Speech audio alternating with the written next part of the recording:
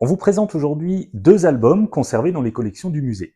Ils sont datés de 1936 et publiés par les éditions Zigarettenbilderdienst situées à Arona-Bahrenfeld. Il s'agit de deux ouvrages qui présentent les JO de Berlin de 1936. Le premier tome est consacré au 4e jeu d'hiver, au mois de février, et à la préparation des jeux d'été, et le second tome aux 11e Olympiades du mois d'août 1936.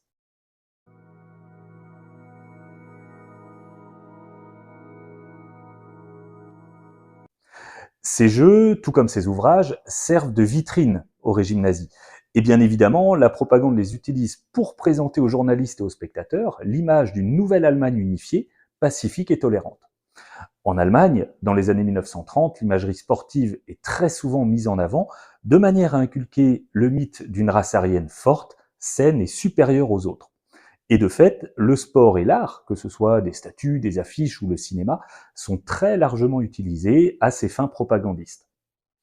Et même si l'Allemagne nazie ressort vainqueur de ces jeux, que ce soit sur le terrain du nombre de médailles remportées ou de la propagande du régime, cette imagerie d'une race supérieure est pourtant mise en échec par les différentes victoires de l'athlète afro-américain Jesse Owens, qui a été médaillé d'or aux 100 mètres, aux 200 mètres et aux 4 x 100 mètres, ainsi qu'au saut en longueur, mais aussi par son amitié avec l'athlète allemand Lutz Long.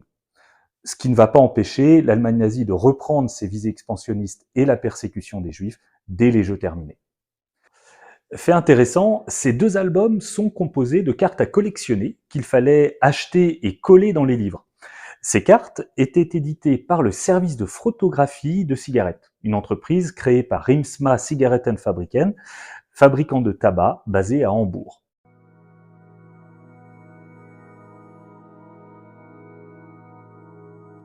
Rimsma Zigarettenfabriken est une entreprise allemande de tabac fondée en 1910.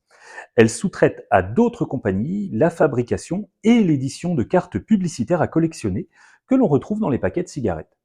À partir de 1932, l'entreprise devient éditrice de cartes et une importante maison d'édition sous le Troisième Reich. Elle publie différents ouvrages sur l'histoire de l'Allemagne et sert, bien évidemment, la propagande hitlérienne.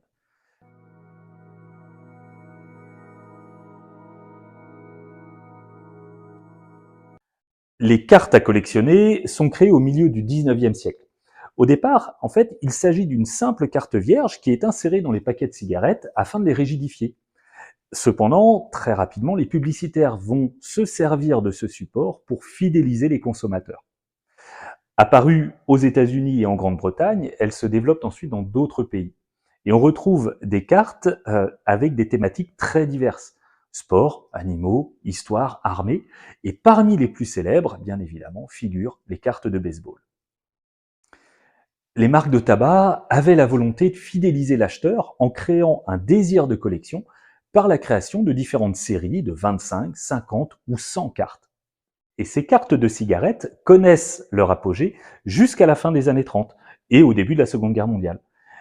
Elles vont progressivement disparaître par la suite. Cependant, l'intérêt pour les cartes de collection ne retombe pas. Et d'autres vecteurs de diffusion, comme les boîtes de céréales, les chewing-gums aussi, vont remplacer les paquets de cigarettes. Et les cartes existent encore aujourd'hui sous différentes formes et différents types de collections. Des classeurs, des autocollants, des albums de jeux ou des mangas.